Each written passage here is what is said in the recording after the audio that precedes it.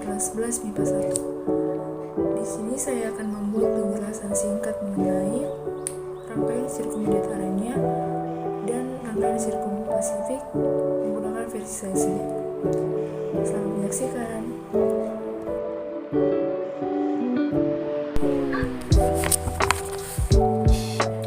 Rangkaian sirkum Mediterania.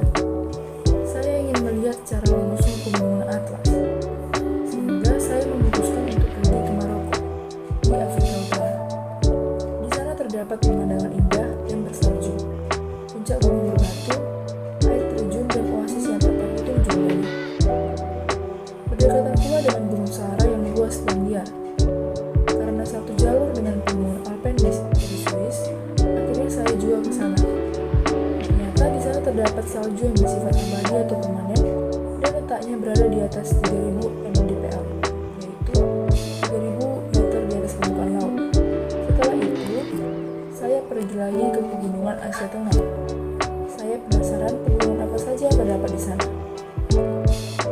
Di pegunungan Zagros yang menjadi daya tarik yaitu keberadaan kubah dan gletser Garang. Ada Elbrus yang merupakan gunung berapi yang sudah pudar dengan 2 puncak. Gunung merupakan puncak tertingginya berada di Mustang. Kartunishan merupakan gunung setinggi 5.830 meter di ujung timur dari pegunungan yang menjadi titik tertinggi di provinsi Gansu. Terakhir di Asia Tengah, ada pegunungan Himalaya yang merupakan pegunungan tertinggi di dunia. Tentu kita sudah mengetahuinya. Cuaca Himalaya tidak stabil dan bisa berubah cepat, sehingga rentan terhadap badai, salju, banjir, angin musim, gempa bumi, tanah longsor, dan angin kecepatan tinggi. Untungnya ketika saya ke sana, cuacanya lagi mendukung, jadi aman. Kemudian saya belok ke selatan, kembali lagi ke Indonesia melalui yang pertama Pulau Sumatera. Salah satu danau yang terkenal di sana yaitu Danau Toba.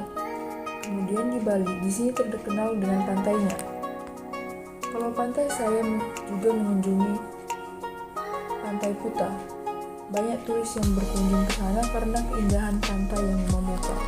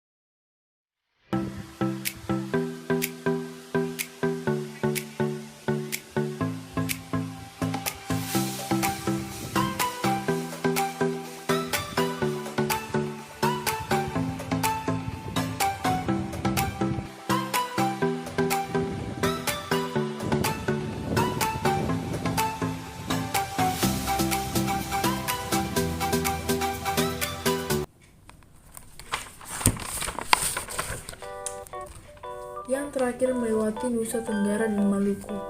Saya melihat Pulau Komodo yang berada di bagian barat di NTT. Sirkum Mediterania membentuk 2 busur pegunungan, yaitu busur dalam dan busur luar. Yang pertama, busur dalam. Selang beberapa bulan, ketika libur sekolah, pikiran saya jenuh. Saya mengunjungi bukit barisan di Pulau Sumatera. Terdapat jalur gunung api di Pulau Jawa, salah satunya Gunung Semeru, gunung berapi tertinggi, dan kemudian melewati Bali, Lombok. Pulau ini bersebelahan dengan Pulau Bali. Salah satu destinasi di Lombok ada negeri di atas awan, tepatnya di Desa Manta. Sering dipakai wisatawan untuk berfoto karena destinasi yang instagramable. Saya juga ke Flores. Di sana terdapat danau 3 warna yang terdapat di Gunung Kelimutu. Unik bukan? Kemudian melalui Alor. Salah satu keunikan yang dapat Anda jumpai di Alor adalah ditemukannya banyak moko. Benda itu adalah salah satu peninggalan budaya prasejarah Dong Son Oli Vietnam Utara. Melewati Wetar, Pulau Wetar mampu menampilkan dan memiliki berbagai wisata alam yang memesona dan terjaga kelestariannya. Kepulauan Banda berada di Kepulauan Maluku, banyak disebut buku sejarah sebagai pulau yang kaya.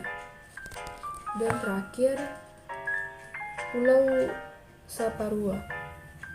Salah satu keunikannya memiliki segudang sumber daya manusia sebagai pemimpin di daerah Maluku.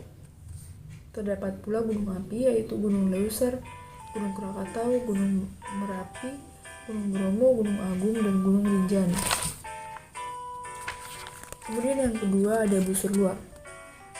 Tidak bersifat vulkanik karena hanya merupakan rangkaian pegunungan lipatan akibat tumbukan di tepi lempeng. Karena ini mengelilingi dunia, saya sekalian pergi ke jalur pegunungan dasar laut di sepanjang pantai barat Pulau Sumatera. Lokasi itu dikelilingi sejumlah pulau kecil, yang menjadikannya salah satu tempat pegunungan yang ideal dari ganasnya Samudra Hindia. Satu lagi, pantai selatan Jawa. Satu hal yang sangat terkenal dari pantai ini adalah keberadaan sosok Nyi Roro Kidul, sang penguasa laut selatan Jawa. Tentu kita pastinya sudah pernah mendengar sosok Nyi Roro Kidul ini kan. Terdapat lagi busur pegunungan di daratan yaitu Pulau Sawu. Keunikan yang dimiliki Pulau Sawu ini adalah memiliki kain tenun khas yang dengan motif yang unik. Ada sebagai sarung dan selempang. Lalu di Rot terdapat makanan khas yang unik, yaitu susu goreng. Kemudian melalui timur, Babar, Kepulauan Kei. Di Pulau Kei punya segudang destinasi alam yang luar biasa, salah satunya Pulau Ngurblot. Dan terakhir Pulau Buru. Salah satunya terkenal dari pulau ini adalah pantainya yaitu Pantai Baikol. Mempunyai bentuk memanjang menyerupai sungai dan mempunyai perairan yang jernih serta semakin indah dengan warna hijau toskanya. Yang kedua, rangkaian gunungan sirkum-Pasifik. Rangkaian pegunungan sirkum-Pasifik memanjang dari pegunungan Andes di Amerika Selatan. Iklimnya beragam, biasanya hujan dan hangat. Sementara di barat daya cuacanya juga basah. Melalui pegunungan Rocky di Amerika Utara, bersambung ke Kepulauan Jepang, bersambung ke pegunungan di Filipina menuju Indonesia dan berlanjut ke Selandia Baru. Rangkaian pegunungan ini juga bercabang menjadi dua. Yang pertama, cabang memanjang dari Pulau Luzon ke pegunungan di Kalimantan melalui Pulau Palawan dan Kepulauan Sulu. Pulau Palawan memiliki topografi yang unik dengan tebing, bebatuan kapur serta sungai bawah tanah sepanjang 8,2 km. Yang kedua, cabang yang memanjang dari Pulau Luzon ke Samar, Mindanao, Kepulauan Sangihe. Di kepulauan ini, para pengunjung dapat menjumpai gunung api bawah laut, yaitu gunung api Banua Wuhu.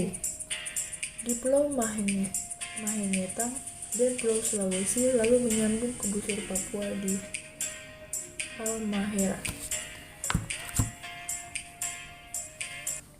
Sekian penjelasan saya mengenai rangkaian sirkum Mediterania dan rangkaian sirkum Pasifik. Atas perhatiannya saya ucapkan terima kasih.